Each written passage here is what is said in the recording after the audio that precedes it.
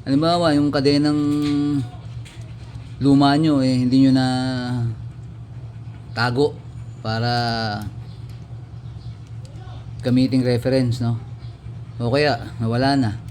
Katulad nito, paano malalaman? Ilagay nyo sa pinakamaliit dito sa yung cogs. Tapos ilagay nyo naman sa pinakamaliit din dito kung tatlo o dalawa yung ano nyo. Hindi nandito sa crank nyo. Ayan. Tulad nito, sobra.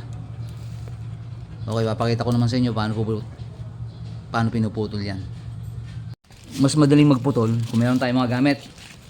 Ayan. Tsaka to. Una natin gagawin, sukatin natin. Mga 3 links.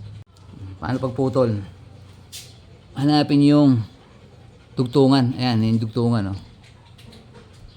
Ito, yung dugtungan. Ayan, makikita nyo yan. Iba itsura niyan eh. Ayan, may butas o mayroong slot. Tapos, gamitin nyo to. Pigain nyo lang. Diba? Tanggal na. Tapos, puputulin natin. Ang gagamitin natin pamutol ito. Tanggal tayo ng 3 links. Yan. Tapos, unti-unti mong higpitan. Yan o. Higpit. Yan. Ayun.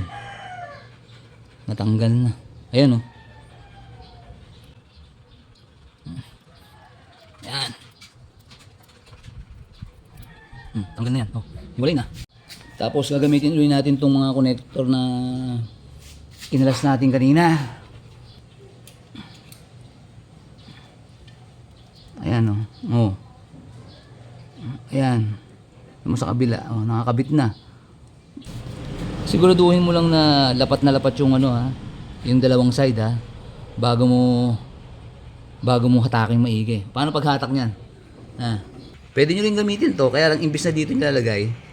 Kasi pag dito nilalagay, yan. Sa gitna yung link. Ibig sabihin pagkakalasin nyo yan. Pero pag higpitan nyo, dito naman. Ayan, para hatakin niya.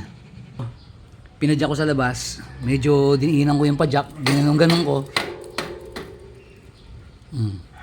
Ayan na siya. Oh. Mahirap kasing hatakin. Hindi mo basta mahatak. Kaya padyak mo na lang. O kaya ito. Ganunin mo. Ayan. Para mag-lock. Tapos yung mga pinagputulan nyo, huwag nyo tatapon. Isama nyo sa ride.